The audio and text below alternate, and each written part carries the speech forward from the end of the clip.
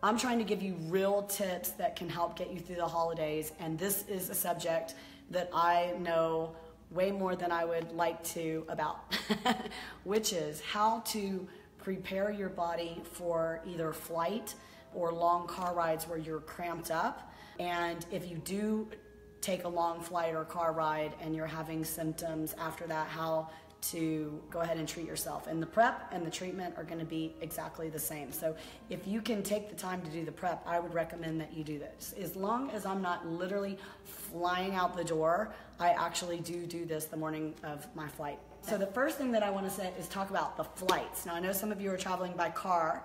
It's going to be the same thing, but if you're flying, I want you to know that this and TSA do not get along. Do not try to take this through security or the Master Blaster. I would absolutely cry and might die if I had my Master Blaster taken up at security. So if you're gonna take these, put them in the check bag. Now I can tell you that I've never had trouble with my Mini 1, my Mini 2, or my Face, or my Nugget. I actually had my Nugget in my pocket.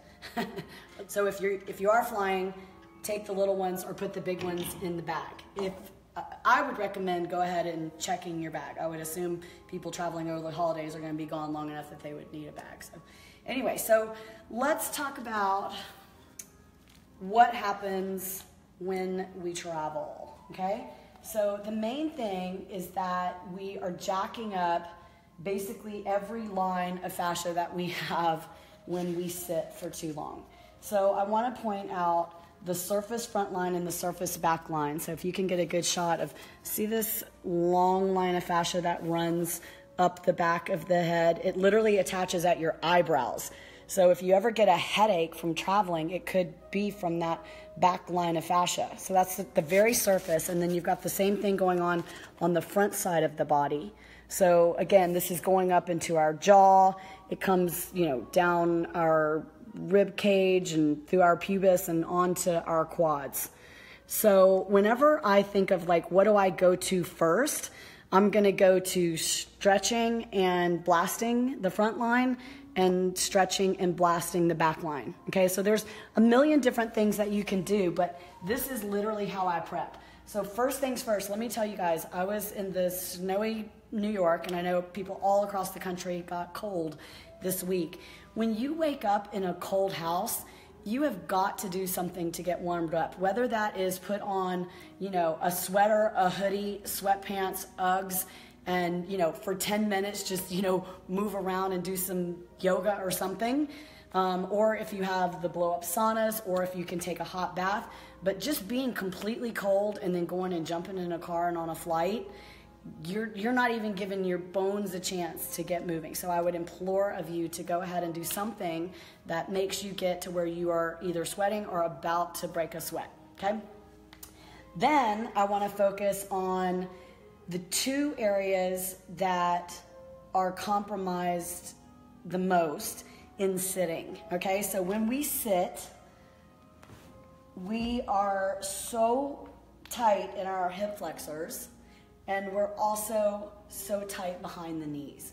I mean, you can just see it, right? When I sit down, it's like if you think about all the fascia lines being open and your hip flexors, this is the fascia line. By sitting, you're shortening all of that. And then if you think of the back line being lengthened, all the way, you're compromising that. And you can get kind of what I call fascia buttons behind the knees and in the hips. So I hope people right now are like, oh my God, I totally feel that, right? Or sometimes, if you're sitting in a plane or a car and you go to get out and you feel like you can't get your butt under you, or the back is tight, all of that is from the hips. I'm going to talk about how to dig into the psoas as well as open the fascia. But this muscle you really do need to understand because it attaches on every single lumbar vertebrae. Okay, so we're looking at the pelvis from the front, and I'm just going to add the first layer of muscle.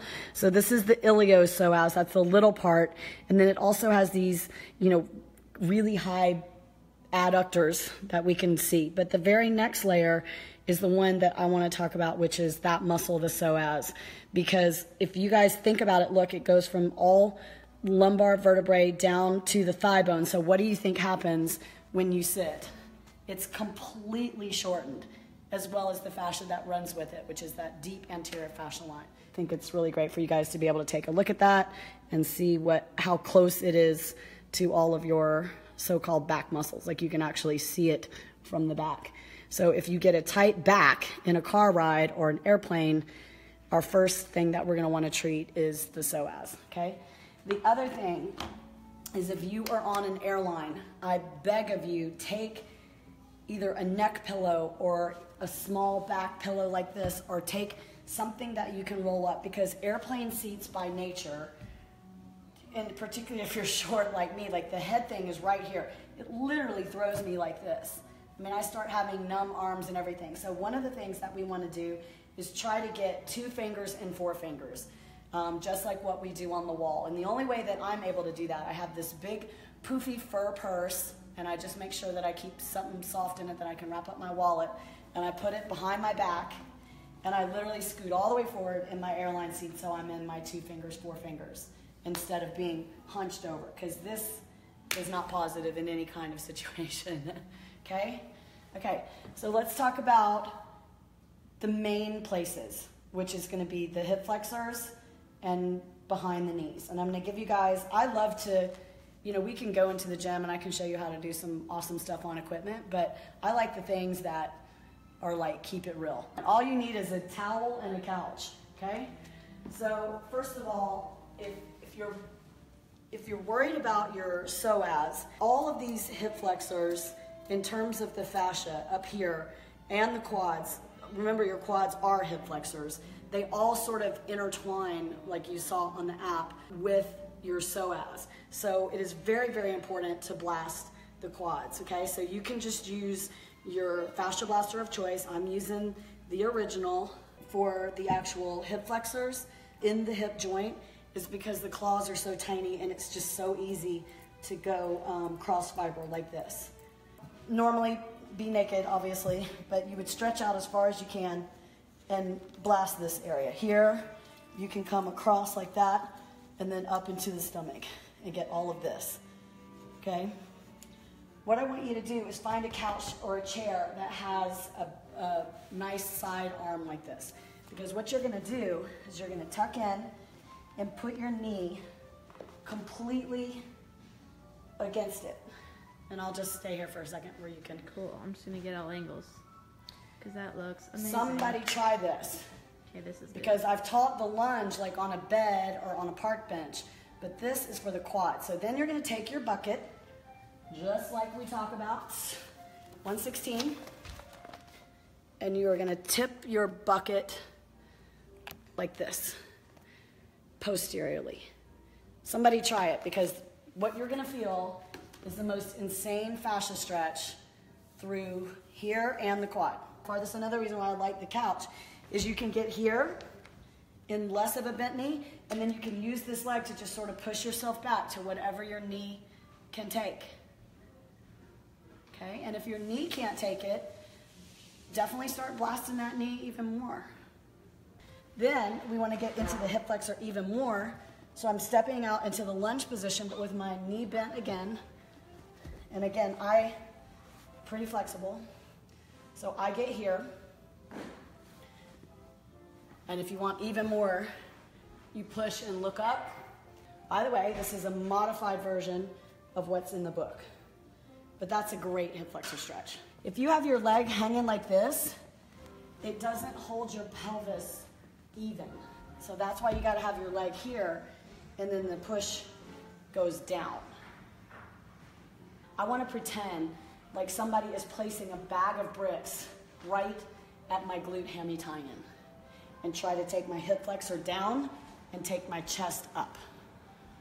So if you have a jammed hip, the holidays is a great time, because most people have someone around that's crazy enough in their family to start to tug on that hip. So do that entire thing that I just showed you, and then see if you can get someone to pull on your leg. So to stretch behind the knee, you actually are gonna have to get the entire posterior chain, okay? So you wanna get, my couch is not very good. So you want to get like this and step into it. So right now I'm mainly stretching my Achilles and my calf. Again, 2 fingers, 4 fingers. So you go into dorsiflexion. Okay, I am flexible enough. So I start with the dorsiflexion. And then I can flatten out my back. And it should move to the back of the knee. You can also just make sure the knee's not bent. You're not doing anything like that. You got to straighten it out. Then you can go forward like a rag doll and pull the head. Anyone try that one? Yep. So they're asking, are you supposed to keep the other leg straight? Yes. I mean, if you did it like this, you might end up getting into a glute stretch, and we're trying to focus on this.